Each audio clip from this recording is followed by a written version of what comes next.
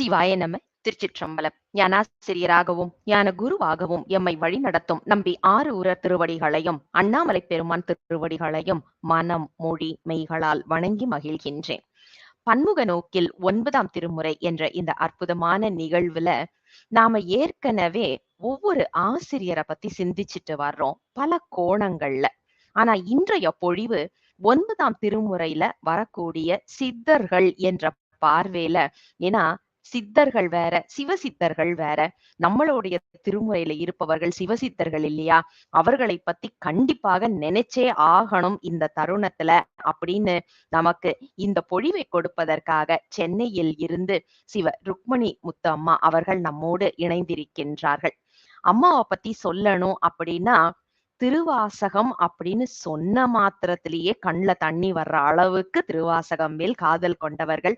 இது மிக இல்லை அப்படிங்கிறது அம்மாவோட பழகின எல்லாருக்குமே தெரிஞ்ச ஒரு விஷயம். திருமுறைகளை பண்ணோட பாடணும் அப்படின்னு கங்கணம் கட்டிட்டு இந்த எந்த நிலைன்னு சொன்னா கொரோனா காலத்துல கூட ஆன்லைன் வகுப்புகளை ஒழுங்கா அட்டெண்ட் பண்ணி அதை சரியான பண்ணல பாடணும் அப்படின்னுட்டு ஒரு மிகப்பெரிய ஒரு முயற்சி எடுத்துக்கொண்டு வருபவர்கள். அதாவது ஆசிரியர் மெச்சக்கூடிய ஒரு மாணவியாக வாழ்ந்து திகழ்ந்து கொண்டு வருபவர்கள். அன்பின் மொத்த உருவம் அப்படின்னு சொல்லணும். டிக்ஷனரியில அன்பு அப்படின்னு சொல்லி நீங்க மீனிங் பாத்தீங்கன்னா கண்டிப்பா அது ருக்மணி அம்மன் தான் வரணும். இது எதுவுமே மிக இல்லை அப்படிங்கிறது உங்க எல்லாருக்கும் அம்மாவோட பழகின அனைவருக்குமே தெரிஞ்ச ஒன்று. அப்படிப்பட்டவர்களிடம் இருந்து இப்போது நாம் 9ஆம் திருமுறையில் சித்தர்கள் என்ற தலைப்பில் அம்மா அவர்கள் பொழிவு கொடுக்க வந்திருக்கின்றார்கள். தாமதிக்காமல் அம்மாவிடம் மேடையை ஒப்படைக்கின்றேன்.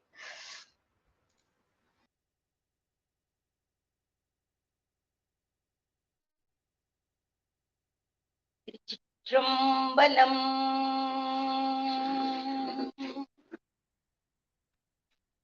அவன் அருளாலே அத்தாள் வணங்கி அருள்மிகு மூதாம்பியுடனாய சோமநாத பெருமான் மலரடிகள் போற்றி.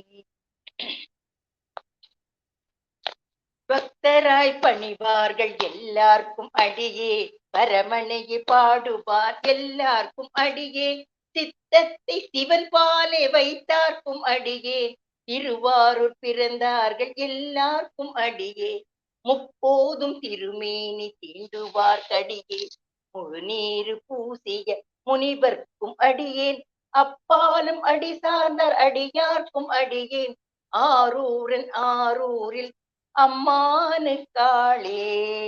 திருச்சிற்றம்பலம்.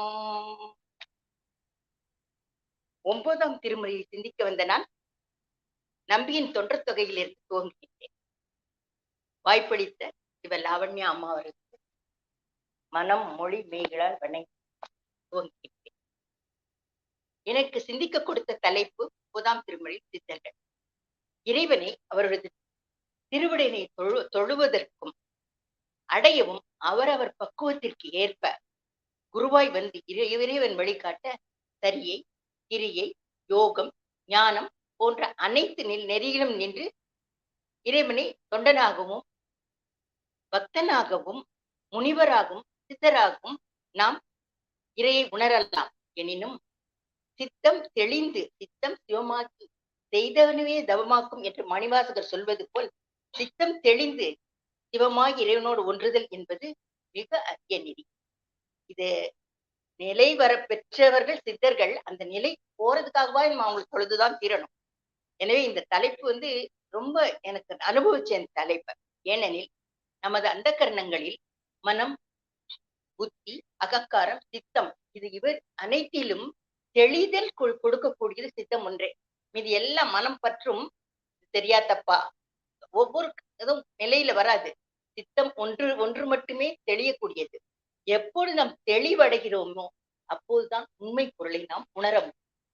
உண்மை பொருளை நாம் உணர்தல் என்றதே உண்மையான இறைவனை நாம் உணர்தலுக்கு வழியாகும்.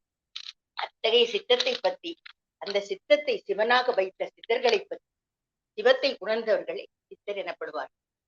நம்ம 9ஆம் திருமுறையில் இச்சித்தர்கள் இருவரை இங்கு காண்கின்றோம். ஒன்று, முதல் பதிகத்தை வழங்கிய திருமாளிகை தேவர். 2, கருவூர் தேவர். இவர் 2 சித்த புருஷர்களையும் இங்கு சிந்திப்பதற்கு நாம் முயல்கின்றோம். அதற்கு முன்பாக சித்தர்கள் என்றால் யார் என்பதை சிறு குறிப்பு பார்ப்போம். இவர்கள் சித்தத்தை சிவன்பால் வைத்தவர்கள், நம்ம எல்லாம் தெரிஞ்சுக்கிட்டோம். ஆனா அதன் மூலமா உய்வடைவது போல் அவர்கள் எவ்வாறு உய்வடைந்தார்களோ நம்ம எல்லாரும் கூட அந்த மாதிரி உய்வடையணும் அப்படிங்கிறதுக்காக பலவித பாடல்களாகவும் பலவித முறைமைகளையும் பக்க விளைவென்ற சித்த மருத்துவத்தையும், உடல் நலத்தில் சித்த மருத்துவத்தை கொடுத்தார்கள், மனநலத்தில் யோகா போன்ற பயிற்சிகளை கொடுத்தார்கள். இதெல்லாம் வெறும் வாயில சொல்லிட்டு போல, அவங்க எல்லாம் இதை பாடல்களா வழிமுறைகளா நம்ம காட்டிட்டு போனவங்க. பிறப்பு, இறப்பு, வாழும் முறை, இறைவனை அடையும் முறை, இது எல்லா விஷயத்தையும் எளிய முறையில நமக்கு ஈஸியா புரியக்கூடிய, சாமானியர்களும் புரிந்து கொண்ட முறையில் கொடுத்துட்டு போனவங்க தான் சித்தர்கள். இதுல மிக முக்கியமானவர் நமது 12 திருமுறைகளை 10ஆம் திருமுறை எழுதிய திருமூல நாயனார் அவர். அவர் மிக அழகாக இன்று வரை நம் விஞ்ஞானம் காட்டி அறியாததை, இன்று வரை காட்ட முடியாததை மெய்ஞானத்தில் உணர்ந்து, அதாவது உயிரை பத்தி எல்லாம் பேசுவோம், உடலை பத்தி எல்லாம் பேசலாம். உடல்ல எத்தனை உறுப்பு இருக்கு, எத்தனை பார்ட்ஸ் இருக்கு, என்ன பண்ணும், இதெல்லாம் எல்லாரும் பேசலாம். ஆனா அதையே நம்ம சரியா உணராம உடம்புக்கு எடுத்துக்குவோம். ஆனா இவரு உடலை மட்டும், உடலை பாதுகாப்பும் மனத்தையும் கூறுகின்றார். உயிரின் அளவு எந்த விஞ்ஞானத்தாலையும் எந்த பெரிய ஆய்வாளர்களும் கணிக்கிடப்பில்லை. மிக அழகாக அதை தனது மந்திரத்தில் கூறுகின்றார். மேவிய சீவன் வடிவது சொல்லிடி கோவின் பயின்றொன்று 100 கூறிட்டு மேவிய கூறது 1000 ஆகினால் ஆவியின் கூர் 100,001. அதாவது ஒரு மாட்டோட ஒரு முடியை எடுத்து 1000 1,00,000 கூறு போட்டாக்க எவ்வளோ குட்டியா இருக்குமோ அவ்வளவுதான் உயிர் காக்கிறாரு. இதை அவர் மெய்ஞானத்தில் உணர்ந்தவர். இதை மட்டும் அவர் உணரல, ஒரு உடலை எப்படி பாதுகாக்கிறது, எதுக்காக உடல் படைக்கப்பட்டது, எப்பயும் நம்ம சொல்லுவோம், ஐயோ இந்த உடம்பு கஷ்டப்படுது, இந்த உடம்பு கஷ்டப்படுது, ஏன் வாழும், இதெல்லாம் இல்லை. இந்த உடல் எதுக்காக கொடுக்கப்பட்டது, இறைவனை உணர்வதற்காக. அவ்வளவு ரொம்ப அழகா சொல்வாரு. முன்னும் உடலை இழுக்கென்றிருந்தேன், உடம்பின் உள்ளே பொருள் கண்டேன், உடம்பினுள் உத்தமன் ஓம்புகின்றான் என்று. உடலை நான் இருந்து ஓம்புகின்றேன். நம்ம உடம்ப பாதுகாக்கிறதே எதுக்குனாக்க சாமி உணர்றதுதான். ஏன்னா பசு பதி பாசம் என்று நம் சித்தாந்தம் கூறுவதில் பதியை அணுக விடாமல் தடுப்பது பாசம். அந்த பாசத்தை விட்டுட்டாக்க பதி தன்னால் ஓடி ஒட்டிக்குவாருங்கிறத பதி அணுகி அந்த பசுட்டுல இருந்து பாசம் பக்கத்துல வராதுன்னு சொல்றாங்க. அதுபடி அதுதான் பிறப்பின் ரகசியம். பிறப்பின் இதே நம்ம இறைவனை அடைதல் தான் என்று. இதுக்கு என்ன பண்ணணும், அதே திருமூலர் ரொம்ப அழகா சொல்றாரு. ஒண்ணும் கஷ்டப்பட வேண்டாம்ப்பா, எளிய முறையில் சாமி கும்பிடணுமா, பெரிய நீ அவ்வளவு பூஜை பண்ணி கோயில்களுக்கு ஒண்ணுமே வேண்டாம், மலர் வேணுமா ஒண்ணும் வேண்டாம், யாவருக்குமாம் இறைவருக்கு ஒரு பச்சிலை, ஒரே ஒரு பச்சை இலை எடுத்து அன்பா அப்படி போட்டாலே சிவன் பின்னால் ஓடியாந்து உனக்கு உதவி பண்ணுவாருன்னு சொல்றாரு. அடுத்து யாவருக்குமா பசுவிற்கு ஒரு வாயுரை. பசுனா பசு என்ற ஒரு மிருகத்தை கூறவில்லை, எந்த உயிரினத்துக்காவது அவ முடிஞ்ச அளவு நீ உதவி பண்ணு. ஒரு வாய், அவங்க வாய் நிறைய ஒரு சாப்பாடு கொடு. அதுக்கும் முடியலையா, உண்ணும் போது ஒரு கைப்பிடி, சாப்பிடும்போது கொஞ்சோண்டு சாப்பிடும்போது ஒரு புடி சாதத்தை எடுத்து வச்சு சுவாமிக்கு கொடு. இது சொல்றாரு. இது எதுவுமே என்னால முடியல சாமி, நான் என்ன பண்ணணும்னு கேட்டா என்ன சொல்றாரு, ரொம்ப அழகா சொல்றாரு. பார்த்து நான் யாரையும் பாக்குறேன், அம்மா நல்லா இருக்கியா, அவர் இனிய வார்த்தை, யாவருக்குமா பிறர் இன்னுரைத்தான். எவ்வளவு அழகா எளிய முறையில் நம் வாழும் முறையை அழகா கூறியவர்கள் சித்தர்கள். இன்னொரு சித்தர் நம்ம பேர் சொல்றாரு, நம்ம உடம்பு எப்படி நம்ம நெறிப்படுத்துறது, சரியான முறையில இதை வச்சுக்கிறதுங்கிறதுக்கு நம்ம மற்றொரு சித்தர் ஆகிய நம்ம சிவபாக்கியர் கூறுகின்றார். குரு தெரிந்த நாடியில் ஒடுக்குகின்ற வாயுவை கருத்தினில் இருத்தியே கபாலம் ஏற்ற வல்லீரில் விருத்தரும் பாலராம் மேனியும் சிவந்திடும் அருள் தரித்த நாதன் பாதம் அம்மை பாதம் என் சாமி மேல பாதத்தில் ஒரு சத்தியம் சொல்ற மாதிரி நம்ம ஒழுங்கா உடலை காயமாக்கி கற்பமாக்கி காயக்கற்ப முறையில் உடலை நேர்வழிப்படுத்தி இந்த உடலை பாதுகாத்து இதன் மூலம் இந்த உடலில் உள்ள உயிர் மூலமாக இறைவனை உயிர முடியும். வெறும் உயிர் இருந்தா இறைவனை உயிர முடியாது, வெறும் உடல் இருந்தாலும் இறைவனை உணர முடியாது. இந்த உடலும் உயிரையும் இணைக்கின்ற இறைவனை அந்த உடம்பை சரிப்படுத்தி அந்த உயிரை நெறிப்படுத்தி அதை காணலாம் என்பதை சித்தர்கள் ரொம்ப அழகா நமக்கு காமிச்சவங்கதான் சித்தர்கள். மற்றொரு சித்தர் சும்மா நாடோடி பாடலா சொல்லிட்டு போறாரு. நந்தவனத்தில் ஓர் ஆண்டி, அவன் 4 மாதமாய் குயவனை வேண்டி கொண்டு வந்தான் ஒரு தோண்டி. அதை கூத்தாடி கூத்தாடி போட்டு தாண்டி, நந்தவனத்தில் ஓர் ஆண்டி. இது பார்த்தா சும்மா நாடோடி பாட்டு பாடிட்டு ஏதோ ஜாலியா அந்த பீட் வருதுன்னு பாடிட்டு போற விஷயம் கிடையாது. 4 மாதமாக 10 மாதமாக குயவனாகிய நம் இறைவன் ஒரு கருவறையில் இருந்து அதை நம் உயிரை படைத்து உடலை ஒன்று உருவாக்கி நல்ல விதமா கொடுக்குறான். அந்த உடம்ப என்ன பண்றோம்? இந்த மாயையில் சிக்கிக்கொண்டு கூத்தாடி கூத்தாடி அதை உடைச்சிட்டு போயிடுறோம். உயிர் அந்த உடல் எடுத்த பண்பையே நாம் உணரவில்லை. இதை எல்லாமும் வீணாக்காம நீ இறைவனை உணர வேண்டும் என்பதை காட்டியவர்கள் தான் சித்தர்கள். அந்த ஒவ்வொரு சித்தர்களையும் நினைத்து பார்ப்பதற்கே நாம் கொடுத்து வைத்திருக்க வேண்டும். திருச்சிற்றம்பலம். அத்தகைய சித்தர்களில் நமது 9ஆம் திருமுறையில் 2 சித்தர்கள் இருக்கின்றார்கள். அவர் இருவர்களையும் இங்கு நாம் சிந்திப்போம். முதலில் திருமாளிகை தேவர். இவர் திரு இசைப்பாவில் 4 பதிகங்களை கொடுத்துள்ளார். 2 பண்களிலும் பாடியுள்ளார். வஜ பண்ணில் 3 பாடலும், காந்தார பண்ணில் 1 பாடலும் பாடி ஒரு பாடலை இங்கு பார்ப்போம். நீரணி பவள குன்றமே நின்ற நெற்றிகண் உடையதோ நெருப்பே, பேரணி பூவனே போகமே யோக வெள்ளமே மேருவில் தீரா, ஆரணி சடையம் அற்புத கூத்தா அம்பொன் செய் அம்பலத்து அரசே, ஏரணி கொடியும் ஈசனே உன்னை தொண்டனேன் இசையுமாறு இசையே, தொண்டனேன் இசையுமாறு இசையே. இவர் பின் காந்தார பண்ணிலும் ஒரு பாடல் தந்துள்ளார். இவருடைய மற்ற குறிப்புகள், இவர் சித்தராக இருந்து செய்த சித்தி தொண்டுகளையும் சிவத்தொண்டினையும் சித்து தொண்டினையும் இங்கு நாம் காண்போம். இவர் சைவ வேளாளர் மரபில் தோன்றி சிவ தீட்சை பெற்றதால் தேவர் என இறுதியில் பெற பெற்றார். இவர் திருவிடை மருதூரில் வாழ்ந்து வந்த 5 கொத்தார் ஒருவரான சைவராயர் மரபில் தோன்றியவர். இவர் முன்னோர்கள் வாழ்ந்த மாடம் மாளிகை மாடம் என்பதால் இவர் திருமாளிகை தேவர் எனப்பட்டார். நவகோடி சித்தர்புரம் என அழைக்கப்படும் திருஆவுடுதுறையில் இறை வழிபாட்டில் நின்றார். அப்போது அங்கு சிவ யோகத்தில் இருந்த போகநாதரிடம் ஞான உபதேசம் பெற்று நடராச பெருமானை பூஜை செய்யும் விதிமுறைகளையும் அறிய பெற்றார். சைவ சித்தாந்த நூல்களை ஆராய்ந்து அவற்றின் மேன்மையையும் உண்மையும் உணர்ந்ததால் சோழ மன்னர்களுக்கு தீட்சா குருவாக விளங்கினார். இவர் செய்த அற்புதம். போகரின் வழிகாட்டுதலின்படி திருமாளிகை தேவர் தவ வாழ்க்கை நடத்தினார். அவர் உடம்பு அப்படியே பொன்னா தங்கம் போல ஜொலித்ததுதான். அதை கண்ட ஆண்கள் ஆச்சரியப்பட்டனர். பெண்கள் மனதில் அவர் உருவம் ஆழமாக பதிந்தமையார் அவர்களுக்கு பிறக்கும் குழந்தைகள் எல்லாரும் திருமாளிகை தேவரை போன்ற உருவத்திலேயே இருந்தனர். அதை கண்டு எப்படி இருந்திருக்கும் அவங்க வீட்டுல இருந்தவங்களுக்கு எல்லாம், திருமாளிகை தேவர் உருவத்திலே எப்படி குழந்தை பிறகு. அனைவரும் அந்த சிற்றரசராக இருந்த நரசிங்கரிடம் முறையிட்டார். அவர் இவரை பிடிக்க பெரிய படையுடன் வருகிறார். அப்போது கோவிலின் உள்ளே தவத்தில் சிவ பூஜையில் ஈடுபட்டிருந்தார் நம்ம திருமாளிகை தேவர்.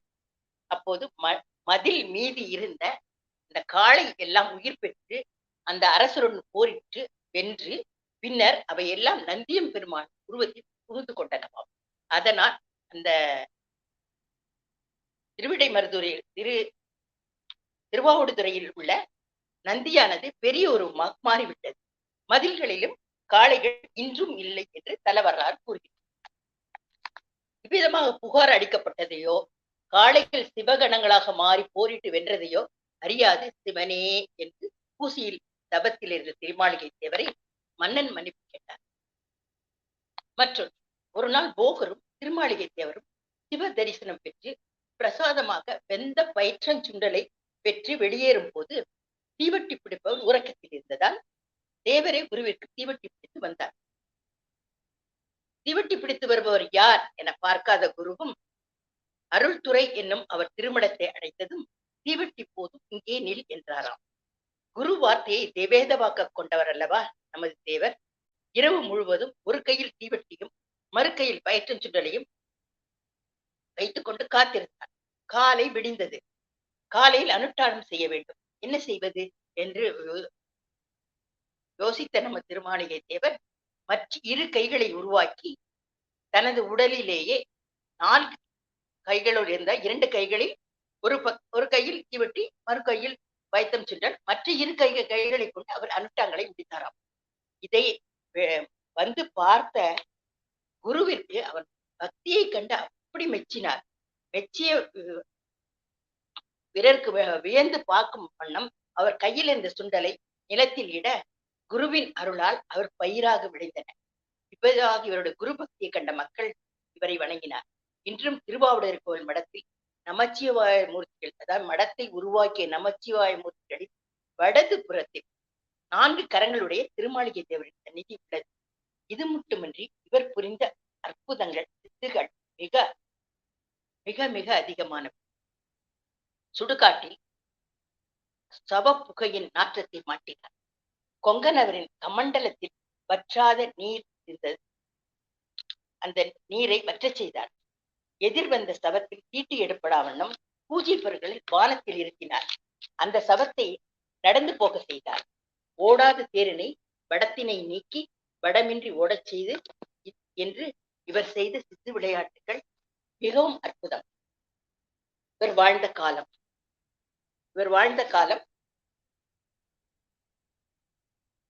கடற்சிங்கம் ராஜராஜ சோழன் காலம் என்பதால் இவர் வாழ்ந்த காலத்தை 9ஆம் நூற்றாண்டின் பிற்பகுதியும் 10ஆம் நூற்றாண்டின் முற்பகுதியும் என்று கூறுகின்றார்கள். இவர் ராஜராஜ சோழன் காலத்தில் வாழ்ந்ததற்கு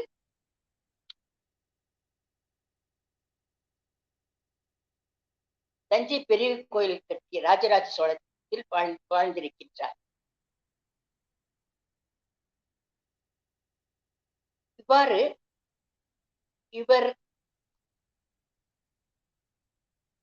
இவரின் வாழ்க்கையை அற்புதங்களை கண்ட சித்துக்களை கண்ட தொட்டிக்கலை சுப்பிரமணிய முனிவர் ஒரு சிறப்பு பாடலில் சிறப்பிக்கின்றார்.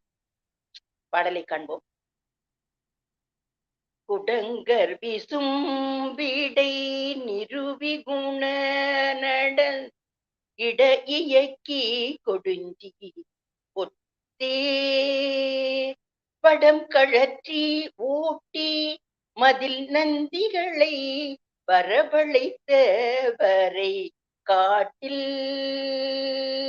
உடம்பின் எழு புகை மாற்றி கொங்கன பாத்திரம் சுவற்றி உணவதாய் வெந்திடும் பயறு மூளை செய்தமைக்கு அருளும் திருமாளிகை தேவ இணைத்தாள் போற்றி என மிக அழகாக நமது தொட்டிக்கலை சுப்பிரமணிய முனிவர் பாடல் பாடி வரை சிறப்பிக்கின்றார். அடுத்து நாம் கருவூர் தேவரை பார்ப்போம். கருவூர் தேவரின் சிறப்பை கூறும்போது இவரும் தேவரின் சமுதாய சமகாலத்தை சேர்ந்தவர். இவரும் தேவர் என்று சிறப்பு பெயர் பெற்றவர். இவர் கருவூரில் பிறந்திருந்ததால் இவரை கருவூர் தேவர் என்று அழைக்கப்பட்டார். இவர் துள்ளி விளையாடும் சிறு வயது முதலிலே பெற்றோர்களுடன் ஊராக சென்று கோவில்களுக்கு விக்கிரகம் செய்யும் பணியில் ஈடுபட்டார். அந்த பயிற்சியில் மட்டுமின்றி ஞான நூல்களை கற்கும் வாய்ப்பும் பெற்றார். திருவாவடுதுறைக்கு வந்த போது போகரை சந்தித்து அவரை குருவாக கொண்டார். போகரும் கருவூர் தேவரை தனது மாணவனாக ஏற்றுக்கொண்டு அவரது குல தெய்வமான அம்பாள் வழிபாட்டு முறைகளை கற்றுத் தந்தார். அம்பாள் வழிபாடு செய்து பலவல சித்துக்களை கைவரப்பெற்றார். மிகப்பெருந்த ஞானவானாக உயர்ந்தார். இவன் 9ஆம் திருமுறையில் 29 பதிகங்களில் 10 பதிகங்களை அருளியவர் ஆவார். புறநீர்மை, பஞ்சமம், காந்தாரம் என்று 3 பண்களை பாடியுள்ளார். ஒரு பாடலை இங்கு காண்போம். கலைகள் தாம் பொருளும் அறிவும் ஆய் என்னை கற்பினில் பெற்றெழுது எனக்கே முலைகள் தந்தருளும் தாயினும் நல்ல முக்கண்ணான் உறைவிடம் போலும் மலை குடந்தனைய நெடுநிலை மாடம் மருங்கெல்லாம் மறையவ முறையோத்து அலை கடல் முழங்கும் அந்த நீர் கழந்தை அநீதிகள் ஆதிதி தரமே அலை கடல் முழங்கும் அந்த நீர் கழந்தை அநீதிகள் ஆதிதி ஜரமே. இத்தனை பாடல்களை இசைப்பாவில் கொடுத்த இவரின் சித்துக்களை இங்கு காண்போம். பல சிவால் தலங்களில் தங்கத்தால் சிவலிங்கங்களை உருவாக்கினார். அவை ஒருமுறை தங்கம் போன்றும் ஒருமுறை செப்பு போன்றும் தோன்றின. அவர் கற்று தேர்ந்த ரசவித்தவாதை இதற்கு உதவி. காசியில் தங்கமயமான லிங்கத்தை உருவாக்கி வைத்தார். சோழ மன்னராகிய இரண்யவர்மன் சிற்றம்பல குளத்தில் நீராடச் சென்றாராம். அப்போது ஆடல் வல்லானின் அற்புத நடனமும் ஓங்கார ஓசையும் தரிசிக்கப்பட்டு அந்த காட்சியை அவ்வாற ஓவியமாக தீட்டினார்.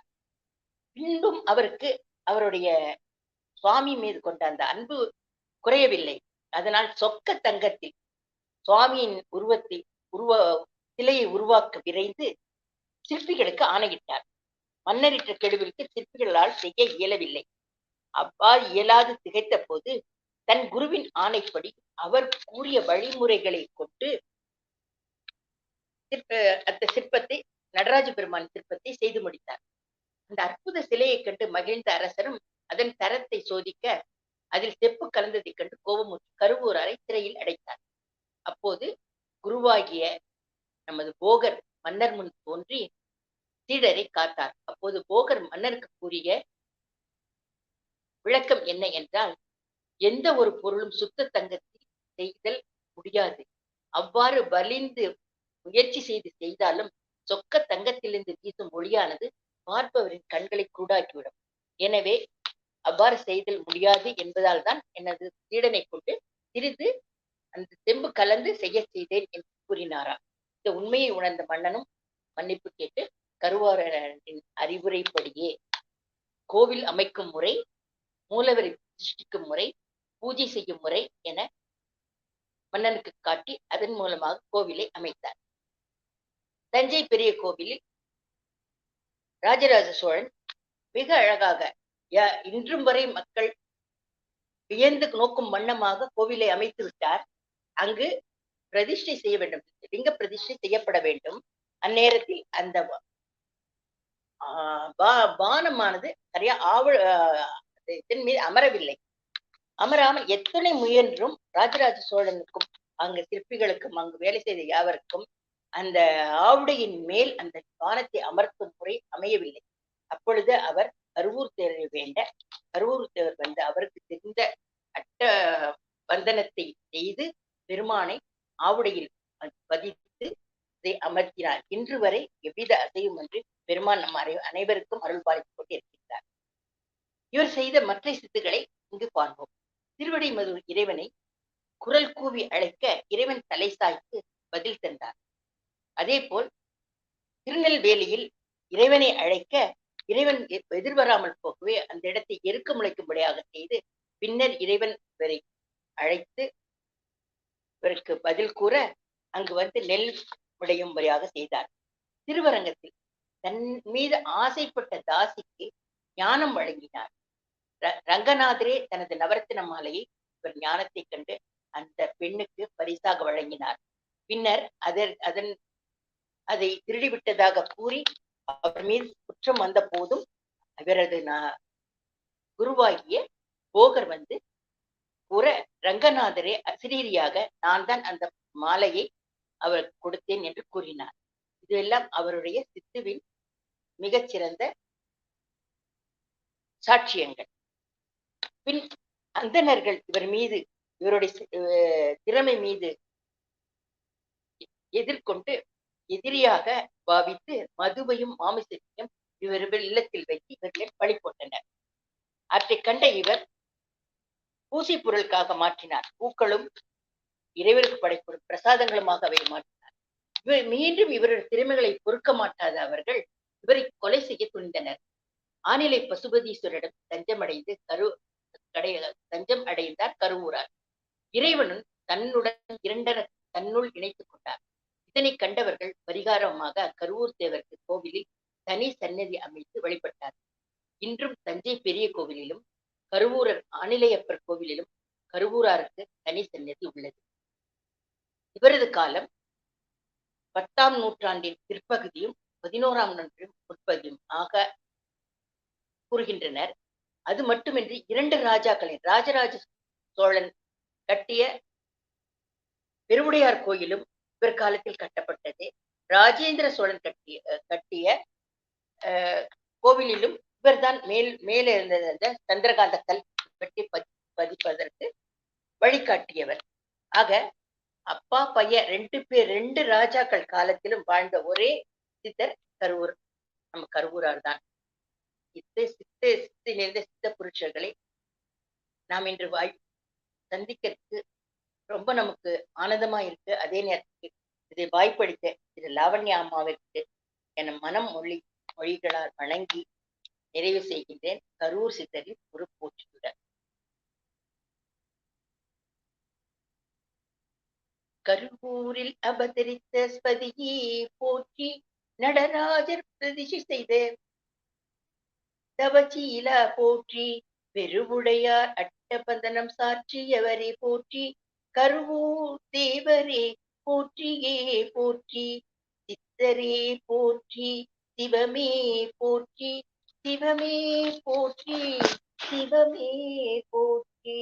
வான்முகில் வழாது பெய்க, மலிவளம் சுரக்க மன்னன் போர்முறை அரசு செய்க, உறைவிலாதுயிர்கள் வாழ்க, நான்மறை அறங்கள் ஓங்க, நற்றவம் வேள்வி மல்க, மேன்மை கொள் சைவ நீதி விளங்குக உலகமெல்லாம், மேன்மை கொள் சைவ நீதி விளங்குக உலகமெல்லாம். திருச்சிற்றம்பலம்.